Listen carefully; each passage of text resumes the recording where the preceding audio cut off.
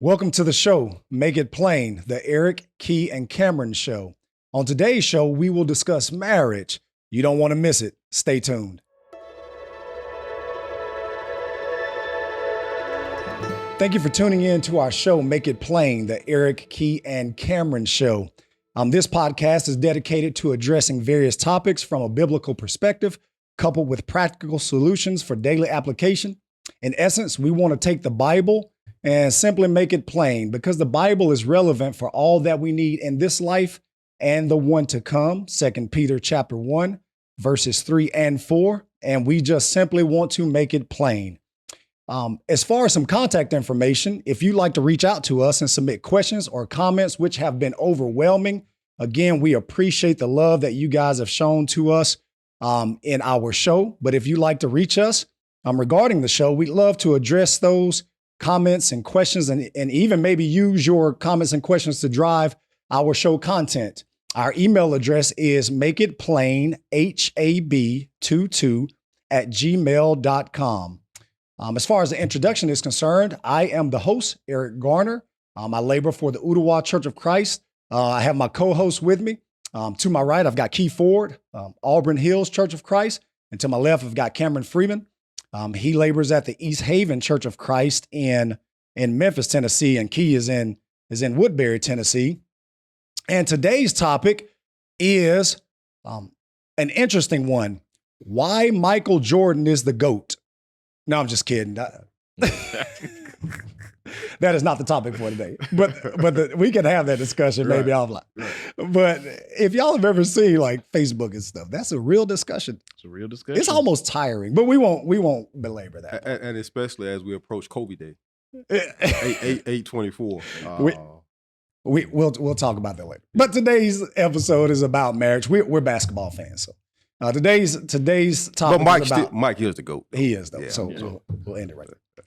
The origin of marriage and how does it apply to Christians and what does it mean to Christians? And really, it's not even just a topic or institution that applies only to Christians. This is applicable to all of humanity. Right. And so just because you're not a Christian doesn't mean that you're not amenable to God's prescriptions regarding marriage, because first we need to discuss the origin of marriage. Right. And so when we understand that, then we can understand, all of the subsequent topics and nuances that come with marriage. And so what is the origin of marriage? I really like, the Hebrew writer says in Hebrews 13:4, marriage is honorable in all. So when you think about the honor that's associated with it, it has to be something that stemmed from God. And so we go back to, the creation, Genesis 1, but specifically Genesis 2, and just all of the different moving parts that we see in Genesis 2, verses 18 through 24. You have a grown man. God made a grown man, right? Created a grown man, Adam, and brought to him a grown woman, right? There is a ancillary lesson that we can learn about God creating humanity full grown. Absolutely. When we talk about how God can create an old earth, he created grown humans. Right. But that can be another topic we'll discuss later. But I think it's interesting though, when we talk about, the origins of marriage, but you have two grown individuals, male and female, God bringing them together for the express purpose of marriage, and so when you think about that, you think about, man, marriage is such an important institution that God thought it was necessary that Adam had a wife. Right. Like, man, it was needful. He had to have a wife. Sure. And so you think about the importance of that, and then today how people take this lax attitude about not wanting to get married, or it's not really a big deal. No, it was a big deal. It's a huge deal. Absolutely. And it's speaking as far as the origin goes, when we just think about the mind of God and what God has done, God created it, so he gets to set the rules for it. Absolutely. I think so often that part is removed from it, as Eric was just starting to state. When we take marriage and we make marriage what we want it to be, when we kick God out the equation, anything goes. Mm-hmm. And so when we go back and look at verses like Genesis chapter 2, beginning at 18, it runs the whole process down. How, as far as Adam seen that there was no one suitable for him, guess what? Adam needs someone to be there for him. I'm thankful for my wife. Every time I lose something or I'm looking for something, guess what? My wife knows where it is. I'm blessed to have been married, to be married. 16 years we've been together, and 13 years now. I hope she don't watch this. I'm forgetting on air. No, she gonna watch it. She definitely gonna watch it. She gonna watch so it. December will be 13 years since we've been married, and so I'm thankful for that. Seven kids later, and we have production that can be edited, and so man, we can. You got to keep that in there, man. But you know what? We're not gonna cut it out. It's interesting. I tell people, man, when on the wedding day, you got the groom party, his men, and you got the bridal party, you got the family and friends. But guess who's also there? Yeah, God. but here's and when you think about the origin of marriage, I always think eternally how marriage is the earthly blueprint of the church that God had in mind since before eternity, or not before eternity, since eternity, since before creation. Ephesians 3:9-11, 1 Peter 1:18 through 20. Mm-hmm. Well, but that's what the allusion Paul makes in Ephesians 5. Ephesians 5, and that's where I was going. Right. Well, this is the mystery. Right. It's we're talking about marriage, but really the mystery is Christ in the church. Absolutely. And so when we're discussing the importance and the value of marriage and the origin, man, this thing has eternal implications attached to it. And so it is very important. And man, listen, one thing we have to do a better job of in the Lord's church is teaching our young people about marriage. Absolutely. And the stipulations of marriage and the responsibilities of marriage and the eternal implications of marriage. And thank God for, you have rich people who are celebrities, and sometimes they hire a bunch of yes people. Yeah. But boy, I tell you what, man, our wives, boy, thank God for them. They keep us grounded. That's why God named her woman. She said, whoa, man. Yes. Whoa, man. Slow down. Yeah. But in Genesis 2:24, we find it. Yeah. Therefore shall a man leave his father and his mother and shall cleave to his wife, and they shall be one flesh. Right. So you have two people, two lives, grown people who are bringing two lives together and merging them into one. And so if we're discussing the origin of marriage, then obviously it's got heavenly, it has heavenly origins from the mind of God. And again, unfortunately, many attempt to enter an institution created by God without God, which is really the definition of presumption. Because I don't know. Listen, let's just we're honest. That's one thing we're going to do. Revelation 21:8. Like, we're going to be honest. Like, and no man woke up one day and said, you know what? I want to spend the rest of my life with one woman. No man woke up and originated that. And especially in light of, the history that we've seen of civilizations where you have men having, multitude of wives, even now. Right. You on television, you see these shows seeking sister wives. Right. And these guys still having 3 and 4 different wives. Mm-hmm. No, one man with one woman for life. Isn't it interesting that you never see the converse of that, brother husbands? Hey,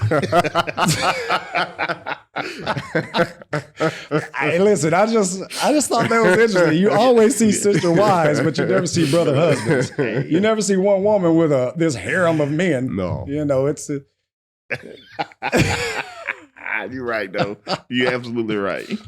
So let's talk about the participants of marriage because that's going to be extremely important. Jesus, and boy, I tell you, if you want to muddy the waters, if you want to convolute anything, let's talk about marriage. Yeah. Just talk about marriage. I've seen brethren who are very solid in the position on marriage until something happened. All of a sudden, their view and position of the scriptures, now they need to study more. Right. Now they need to consider the context, and they need to consider the grammar and the Greek wording, and they need to consider all this now that their life situation has changed, or someone who is close to them, Right. their life situation has changed. But here's the beautiful thing about the Bible. It does not change. No. And so Jesus specified the participants of marriage, and he appealed to the scriptures. Absolutely. And here's the beautiful thing. Jesus appealed to the scriptures in Matthew 19. Right. Matthew 19, verses 3-6. Jesus appealed to the scriptures Absolutely. about marriage. When he created it. And he is the one that created it. Right. From the beginning, it was not so that these things were done, but because of the hardness of their heart, the Right. Jews, and we understand he's talking to the Jews, but because of the hardness of their heart, it was winked at. Right. It was never something God commended. It was never something he commanded. Right. Right? It was Jesus specified the participants of marriage. You know, it's or Go. you know, when I think about that, as far as who is it? One man, one woman for life. It blows my mind that the world in general has decided to add multiple things into it. You know, whether it's one man and one man for life, or whether it's one woman and one woman for life, or whether it's one man and a lot of women. If the recipe has been changed, it's a disaster for marriage. There are so many problems that come out of that when you remove God from the marriage, and when you start bringing these certain things in. I'll say this as a person who's a licensed professional counselor. I deal with a lot of couples. Now, and I will say this: marriage is hard. Especially, it's going to be especially hard when you remove God. Right. When God is not in that marriage, people will do anything. People will attempt anything. I was talking with a man, and he was like, well, maybe if I remove myself and I go sleep upstairs and we just completely disconnect, maybe that'll make my marriage work. That's a recipe for disaster. You know, and with those participants, you got one man, one woman. I have to learn how to behave myself and make sure that I am being what I have to be so that my spouse can be what they need to be. It's Bible. When we think about the fact of our prayers not being hindered. Right. 1 Peter 3:8. When we think about that, we are joint heirs together. When it comes to the fact of who I choose to be with, I need to make sure I have God first, and then let us do the godly thing and making sure we honor and respect our roles. And we, you know, we have either used it or seen it, or just some way it's been a visual or an optic that we've used to illustrate the relationship between husband and wife with this triangle. Mm-hmm. And so we use this triangle, and you got the husband and the wife at the bottom corners, and God at the top. And as they grow closer to God, they grow closer to each other. And so that's the way that God had ordained it to be. If he is the head of the life of those who are able to participate, right? Because Jesus said, have you not read? Right. You know, in the beginning, he made them male and female, God. And so he created them, you know, and so he has, again, through his sovereignty, he has the right to require and dictate how it's to be observed in order to be pleasing to him. You know, as I think about that illustration you just used, I think about our brother Eric Owens. You know, he has a book on marriage entitled "Do You Take God?" Mm-hmm. And the idea, you know, with the book is that, man, God has to be a part of this relationship. Right. And I think many times people, when they go into marriage, they don't realize, you know, it's a relationship, but it's also responsibility. Right. And so, you know, when you're talking about going into marriage, man, this is a lifelong responsibility. And I think many times what people end up doing is, and you see it a lot of times, especially with people that spend thousands and thousands of dollars on the wedding. Nothing wrong with that. If you can do it, you can afford it. That's, but there's more emphasis placed on the wedding, Right? that's going to last for maybe an hour, 2 Right. hours max, than the emphasis on the actual marriage. Right. And so I think many times that's kind of the problem. People, they're focused on the ceremony, Mm-hmm. but then, man, after the Well, it's wedding sold, day, it's sold as a fairy tale. right? Marriage is sold as a fairy tale. The wife is the princess. The husband is the prince that's going to sweep her off of her feet, and they're going to live happily ever after. And this is, and it doesn't capture what real life is. Right. People have issues. People have preconceived ideas. People have, they have their upbringings, their various worldviews, and you've got to mesh all of these things together, in order to have a successful marriage. And then, I mean, and that's outside of just being Christians and understanding what God will have you do, and you're still humans. And since God obviously is the author, all questions should be directed to him. And so let's talk about two, and obviously we're going to talk about two aspects of marriage from the biblical perspective, because we know what the world says about marriage. Correct. Anybody, anywhere, anyhow can participate in it and call it what they want to. There is no definition of it, right? There can be two women, there can be two men, there can be one man, several women. I mean, there's, So many variations. there's so many variations in the world. We are discussing the biblical perspective of marriage. But I was just thinking about this a couple weeks ago. Like, obviously, we know two women being married, lesbianism is wrong. Two men, homosexual. But if two women are married, who's the head? That doesn't matter. Think about it though. It's like, because the Bible does specify roles. If two men are married, right, who submits? Yeah, well, that doesn't exist. Yeah, when you started off wrong, you start off wrong, you end wrong. You don't have to. That has to make sense. That's illogical. That's just that doesn't even make sense to start wrong and then trying to be right within the wrong. So if we're discussing husbands and wives, what about faithful husbands? So if we're talking about Christians who are being faithful in their marriages, and this is what we're discussing from the biblical perspective, what does the Bible say about faithful husbands? One thing before I go with that, I want to make this clear because we get a lot of emails, a lot of questions, a lot of flack sometimes. We're not trying to fight anybody, but we want to make it clear from God's word. What God's word says. This is what we're going to stand on.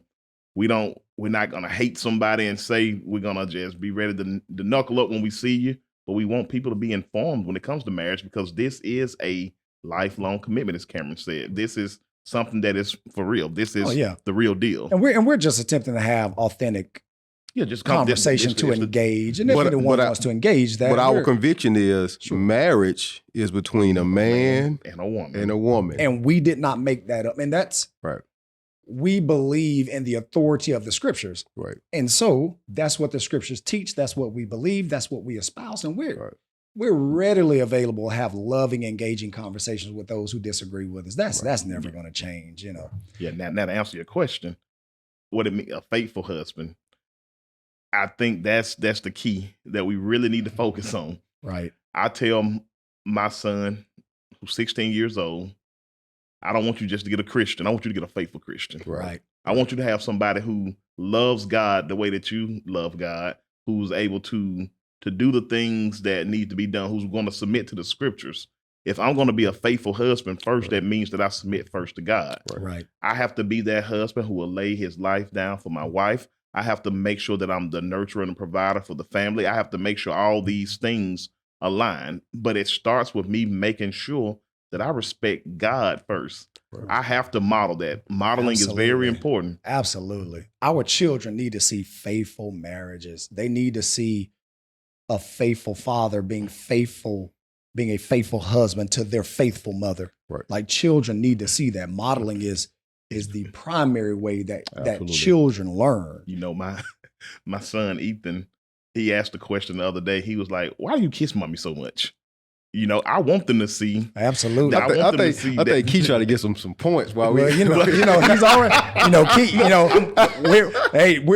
we're not gonna remind Ashley that he may have forgotten their years of marriage. No, it's funny though when I just think about that, like what does that picture do for my child to see how much I love his mother? Right. Because that's what we want. We want our children to see the same thing. Right. That again, of course, I'm not. It's Sure. We're being respectful. It's devotion, right? Yeah. I want them to see that. Hey, I love your mama. Yeah, it's adoration. Yes. Absolutely. And Ephesians 5 obviously is going to be the outline. Yeah. So for our viewing audience, if we will not have time to fully go through the Ephesians 5, but we would tell you to go there and use those passages. That's the outline of what a faithful marriage looks like because a faithful husband loves his wife. Ephesians 5:25. Husbands, love your wives. It's literally commended there. He loves his wife. Verse 28. He loves his wife as himself. Right. And so that's faithful husbands. They lead their wives spiritually. Right. In Joshua 24:15, Joshua said, "But as for me and my house, we'll serve the Lord." We might. We maybe. We'll think about it. Mm-hmm. Or it depends on what my wife says. Or it depends. No. Joshua said, as for me and my house, we will. There was no wiggle room. Right. Like faithful husbands have to lead their wives love and lead. And I think to kind of, mention, piggyback what Key was saying earlier, another thing that faithful husbands do, 1 Peter 3:7, right. Dwell. Dwell. You have to live and dwell and learn and grow with your spouse. And I think about that. And that can be difficult. Yeah. Right. Depending on who you marry. And when you think about that, man, they said so many people, a lot of celebrities and entertainers got divorced or separated during the pandemic because they never learned how to live with each other. Right. So you got all this power, all this money, all this fame and notoriety, but the very person you're married to, I mean, like y'all, like two strangers passing in the night. Right. So that is absolutely correct. Right. And that dwelling can be difficult because of again different backgrounds, and even if both of y'all love the Lord and are faithful, you still have your little idiosyncrasies and your little ticks that you have to learn and mold yourself and compromise what you naturally want to be and want to do in your personality at times. And so but it's worth that. Right. Romans 8:18, Paul said, "For I reckon that the sufferings of this present time are not worthy to be compared with the glory which shall be revealed in us." Y'all don't tell Delwana I said that, but faithful husbands leave all for their wives. Everything is forsaken for, like it's when you marry, you forsake all for your wife as a husband. Ephesians 5:31. Yeah, you got to forsake all. I tell guys, ain't no such thing as a married bachelor. It's a lot, but a lot of people get it. Well, that is opposed to what the world teaches. But go ahead. Because I know some guys who, when they married young and was thinking, man, this is what marriage is going to be. Right. But again, now you're in this relationship with somebody. You have to learn them, as Cameron said, dwell with them according to knowledge. Right. I need to know what makes you mad. I need to know what makes you happy. I need to be able to be that. I need to be able to be everything you need me to be. But so often when the roles are confused and when we have the mindset of, look, I'm the man, look, you just submit and that's all. And, and everything else will fall in line. I'll be like, okay. Christ never did that. Christ never did that to his church. He loved the church and gave his life for it. And I said, man, if I can't be that person who is willing to lead my wife, lay my life down for her, I need to question, do I really need to be married? Well, I tell you what, man. Men who have that view, husbands who have that view, well, then give your wife someone who she would be willing to submit to. Give her someone that she will be honored and proud to submit to. Don't be a soft dictator. Right. Right. Don't be a tyrannical dictator. Right. Make her proud to be able to submit to you. Make her be able to say, yes, I submit to him. He loves God. He loves me. He loves his children. He loves his family. He has given all for us. I'm proud to submit to him. Absolutely. So what about faithful wives in the remaining few minutes that we have here?